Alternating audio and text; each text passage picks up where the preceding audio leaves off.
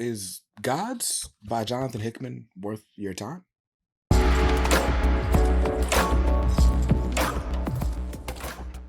So, Jonathan Hickman, if you read Marvel Comics, then Jonathan Hickman is a name that you know.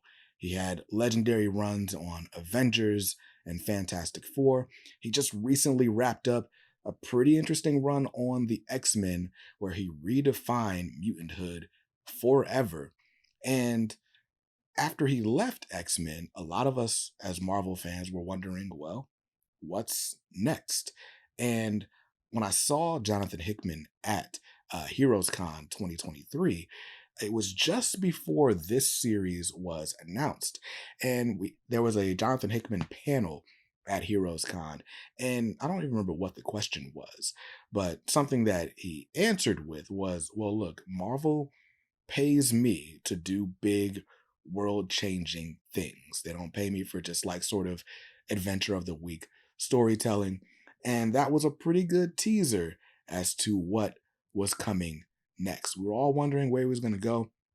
And then about a year ago, we got the first teasers of Gods, this new series from Jonathan Hickman with art by Valerio Schiti and colors by Marte Gracia. And man, this book is really, really good. And this is my review of the full 8-issue series ahead of the release of the trade paperback, which is coming to retailers on August the 6th. Before I go too far into this video, though, I do have to give a huge thanks to Marvel Comics for sending me the contents of this trade paperback in single issues. So you guys don't have to do like I did. You don't have to chase these down anywhere. You can pre-order that trade paperback. I'll leave a link where you can get that in the description down below. But let's talk about just a quick spoiler-free review and overview before you decide to take the plunge into the series. So what is Gods? Who are the Gods? Well, that is a good question. But what this series does is it basically promises to redefine the celestial hierarchy of the Marvel Universe forever. Uh, In layman's terms, all the big galaxy brain, like Marvel cosmic things that you may have heard about, if you've heard of things like the Living Tribunal or like the Beyonder or In Betweeners, right? It takes those big concepts and sort of recontextualizes them through a new lens. It gives the newer everyday reader a new lens through which to view these big world building epic things. And how do we do that? Well, with a really fun new cast of characters. So in God's issue number 1, we are introduced to the man you can kind of see behind me, but his name is Win. And Win is the avatar of the powers that be. Now, the powers that be and the natural order of things are two, I guess we can call them kind of like religious orders. One representing science, I don't remember which hand I put up first, but one representing science and one representing magic, respectively. So the powers that be kind of represents all the magic users in the Marvel universe, and the natural order of things sort of represents all the people who are dedicated to science in the Marvel universe. And each of these orders have their avatars and sort of the people that do their bidding here on Earth and even across worlds. And really, really interesting stuff that goes on there. But we meet Win and we also meet Aiko. Aiko is Win's wife or ex-wife, and she is the 97th centaur for the natural order of things. So if the powers of B have avatars, the natural order of things have centaurs, people who do the bidding. And the natural order of things, people who are in the natural order of things are dedicated to studying magic from the perspective of science. Now, the powers that be and the natural order of things are two sort of warring factions, but they are in a truce. They're in an alliance so that the world as we know it does not come to an end. And so these guys are, you know, adversarial with each other at points friendly with each other at points, never too trusting of one another at any point, and has some really interesting things. But the fact that Win and Aiko are on opposite sides of this spectrum places them on a collision course with each other and kind of changes the course of their relationship, for better or for worse. Probably, definitely for worse. Some other characters we're introduced to. Dimitri. Dimitri is basically like Win's sidekick. Eventually, Aiko gets a sidekick of her own, who we meet in the pages of this story, and I like it. I like her a lot. She ends up being one of my favorite characters in the series.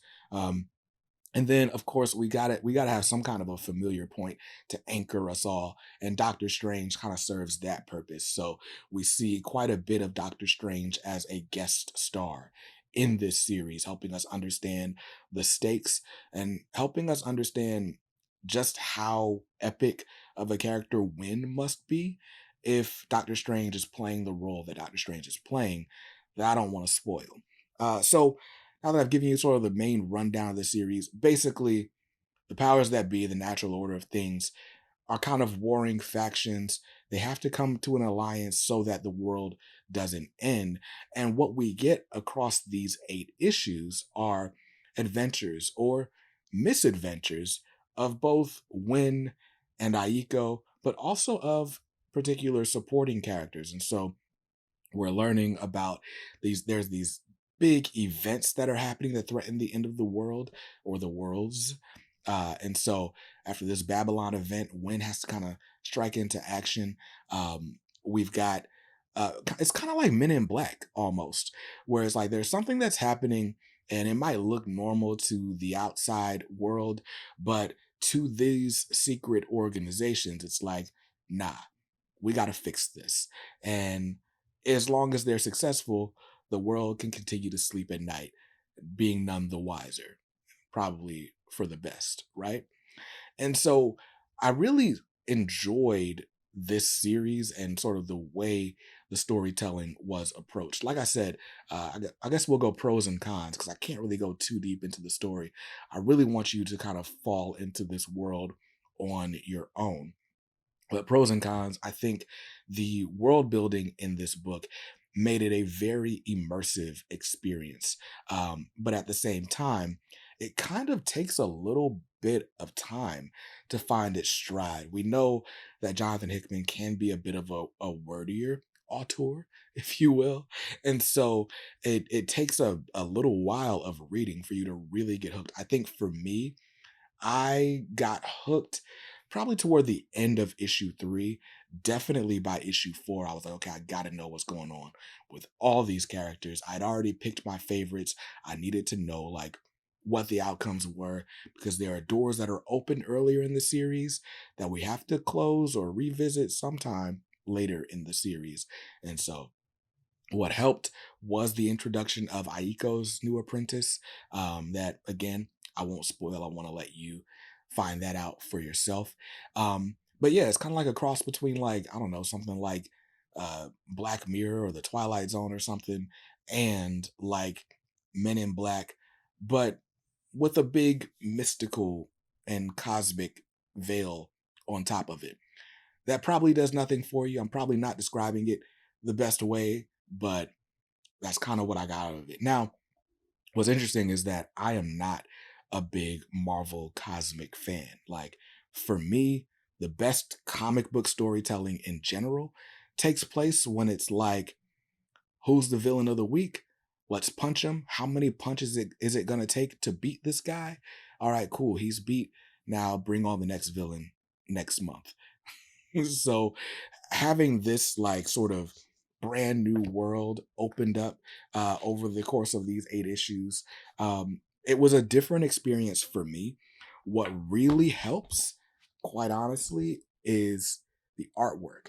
The art by Valerio Schiti is just it's awesome. I'll actually throw some on the screen because me holding up this book isn't going to do anything for you. But the artwork is really good. And I do think although the kind of the balance between character building and world building can feel a bit off at times, I do think the series over the 8 issues does a great job of building up the characters and helping you to fall in love with them, even as you are learning how this new world works.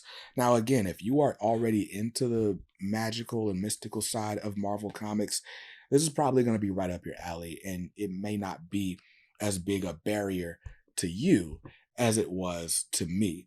But that did kind of keep me out of the story for a little bit until I just resigned to the fact that I don't care if there are little things that I don't know or don't get, but I love these characters, and so I want to see what's happening with the characters. By the time this ends with issue 8, I'm like, oh man, there's got to be more. Like, there's got to be more to this series.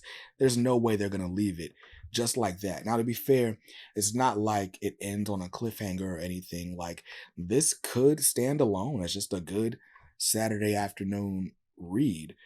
But I think the way this opens up the world and specifically sort of how these characters work, it's so hard to talk about this without spoiling it. But the way all this works, I feel like the door is open for us to get more stories featuring these characters. I guess I can say this without spoiling anything. They're basically immortal. So you could tell stories featuring these characters really at any point in time. You can go as far back in time and as far into the future as you might like with these characters. So I'm hopeful that we're going to see more and more from these characters. Overall, like, there's there's so much that I want to say about this series that I won't, because it'll spoil something for you. What I do like about it, as far as just a final verdict, overall, I'm giving it an 8 out of 10. The sort of sometimes dense nature of the world building, as well as the fact that I'm not crazy well versed on Marvel cosmic and magical and mystical things, ended up kind of affecting the way I could interact with the work. And so that's what gives it the 8. But I love the art. I love the character development. And overall, I really, really, really enjoyed the story, as well as kind of what I got from the story. This kind of ends up being a bit of a commentary about religion and sort of the burden of knowledge. Now that you know how a thing works, how do you act once you have that burden of knowledge? How does it affect the way you interact with the world around you? So some of the sort of questions raised, or some of the themes that are at the center of this book, I really enjoyed. And all I can say is I wish there was more, which I guess is probably the best praise you can give a book. So you can pre-order this. Like I said, you can go to your local comic shop and ask for it. You can pre-order it on Amazon. I'll leave a link in the description down below. But this book will be out on August the 6th, and I think you'll enjoy it, whether you are the Super Marvel Cosmic Head or somebody with a few hours to kill on an afternoon. Check it out. And I'll see you in another review real soon. Until then, stay safe, stay awesome, and read something dope today. Peace.